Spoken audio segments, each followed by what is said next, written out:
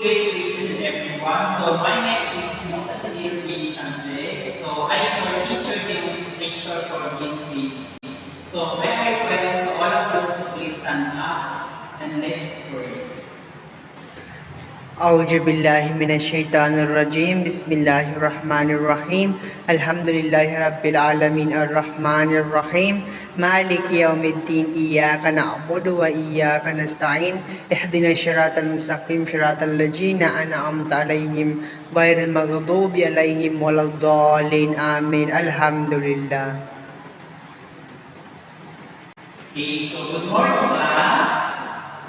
Titingnan natin yung mga paligid kung may mga kalaro dyan or at inyong puputin. So, ako'y mag-a-attendance na.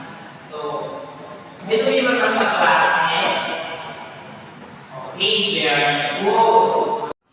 Now class, magkakaroon tayo ng activity. I will divide you into 2 groups na kung saan kung sino ang mauunang makabubuo ng mga salitang naka-scramble ay sila ang mananalo. Maliwanag ba? Okay. Okay, sino ang makakasagot sa number 1? Okay, Mujahida. Tama, foreground. Sa ikalawang number. Okay, Mushaira?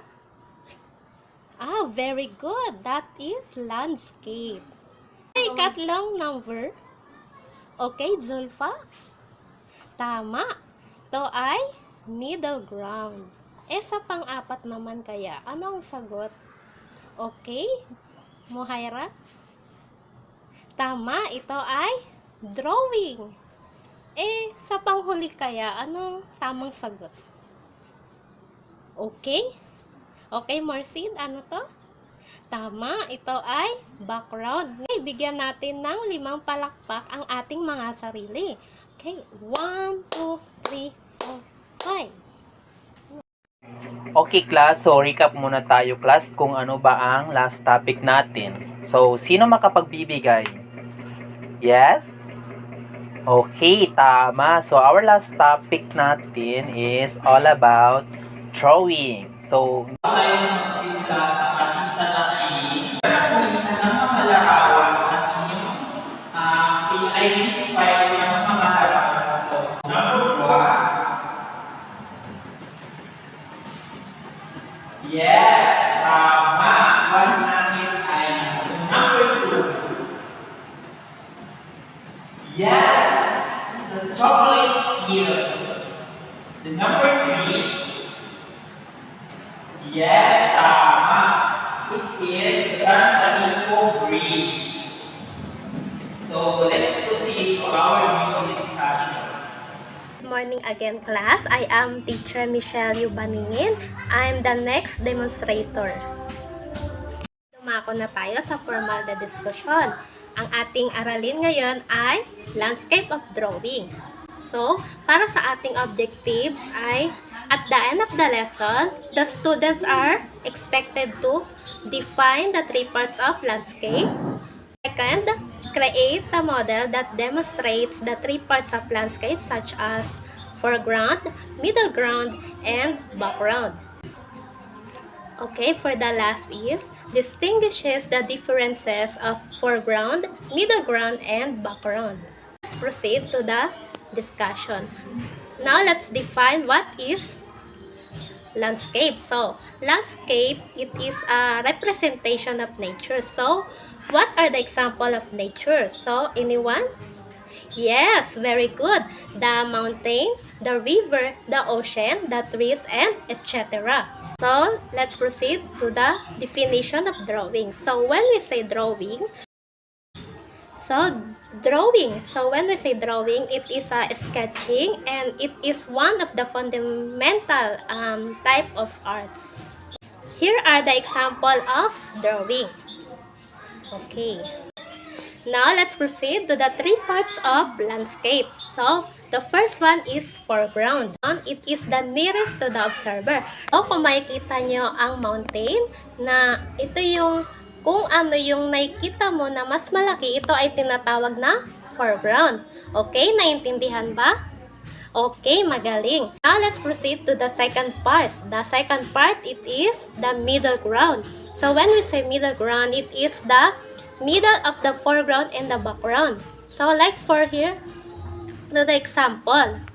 So, kung makikita nyo sa larawan, makikita nyo ang hills na nasa pagitan ng foreground at background. Now, let's proceed to the last and third part of landscape, which is the background. It is the part of the scene that farthest from the viewer. So, as you can see to the picture, kung nakikita nyo, ang mountain ay mas malayo. Kung makikita natin, siya yung pinakamaliit na parte. Okay, meron akong inihandang mga katanungan at ngayon ay kailangan nyo itong sagutin. Answer the following question. The first one is, it is the nearest from the observer. So, what is the answer? Okay, very good. That is foreground. The second one, how about the farthest from the viewer? Okay, very good. That is background. If the drawing at the middle of foreground and background, what do we call to this part? Okay, that is middle ground. And the last question is, where do we find the foreground, middle ground, and background? Anyone? Okay. Matatagpuan natin ang foreground kapag ang larawan ay mas malaki. Habang ang middle ground, ito ay nasa gitna ng foreground at background. And the background, it is the farthest from the viewer. So, do you understand, class? Okay, very good. Now, let's proceed to the next demonstrator. Good day everyone, I am the third demonstrator. I am Montesir Tunggal, your teacher for today. We have here the activity. Prepare your material, short bond paper, pencil, marker, and coloring materials, all pastel, crayon, color pen. Now, all you need to do is to draw that shows the three parts of landscape, which is the foreground, middle ground, and the background. So, we have here the rubrics. Now, I'm gonna show you our rubrics. We have here the creativity, 25%, uniqueness, 25%, cleanliness, 20%, artwork composition, 30%, with a total of 100%. Okay class, I'm gonna give you 5 minutes to finish your product or your paperwork. So now, let's pass your paper in front.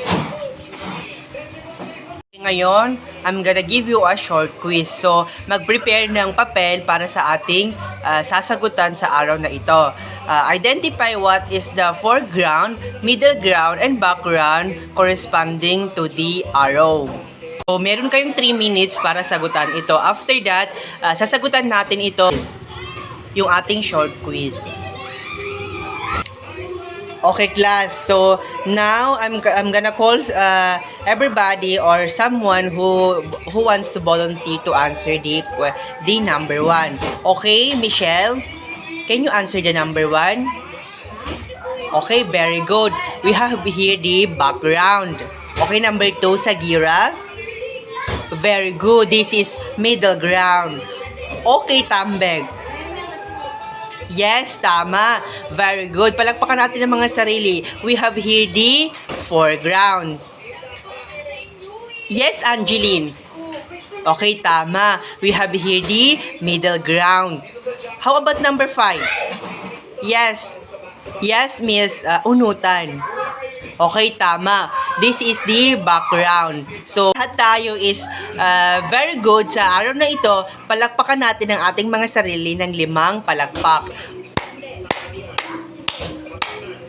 As bago kayo umuwi, may ibibigay muna akong assignment at sasagutan ito sa inyong mga bahay. So, we have here the cut a picture from a magazine or newspaper and paste it on a short piece of bond paper that shows the 3 parts of the landscape drawing. So, now, let's stand up and say goodbye.